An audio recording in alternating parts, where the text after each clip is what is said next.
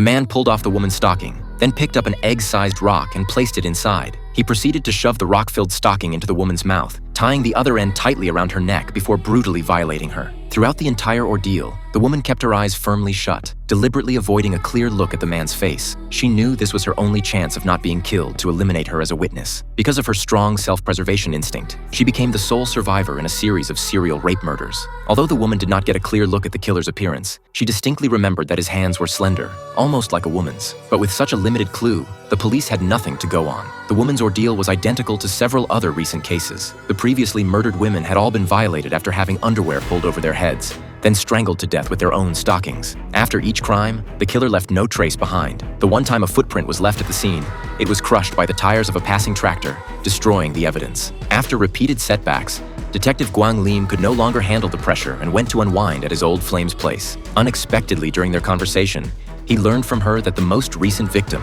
Lee Hyang-suk, had been followed by a mentally disabled man named Kang Ho the night before the incident. His old flame suspected Kang Ho was involved. Although Kang Ho was nearly 30, he had the mental capacity of a 7- or 8-year-old child. Guang Lim brought him back to the station and began threatening him with a ruler, trying to force a confession. However, the interrogation yielded no results. Frustrated with the man's disability, Guang Lim had his colleagues resort to violence against Kang Ho. But even then, he refused to admit to the murder. Desperate to close the case, Guang Lim took Kang Ho's shoes to the crime scene, made a footprint, and then photographed it as proof. After developing the photos, Guang Lim used them to threaten Kang Ho again, attempting to coerce a confession. But just as Guang Lim was trying every method to pressure Kang Ho, team leader Seo discovered that in all the rape murder cases, the victims' hands were tied behind their backs with remarkably intricate bow knots. Kang Ho, being intellectually disabled and having severe burns on his hands, could not possibly have tied such delicate knots. Coupled with Kang Ho's persistent denial of the murder, Guang Lim ultimately had no choice but to release him. Just as the police were stumped by the case,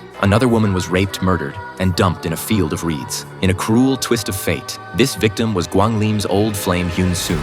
The method of her death was identical to the previous victims, strangled with a stocking, a pair of underwear over her head, and her hands bound with the same type of bow knot. During the time of Hyun Soon's murder, Kang Ho had been at the police station undergoing interrogation, which completely cleared him of all suspicion. Because a week had passed before Hyun Soon was discovered, her body was in an advanced state of decomposition, and the police found no new clues on it. It seemed the case would once again hit a dead end. However, a female officer made a surprising discovery while analyzing the case files.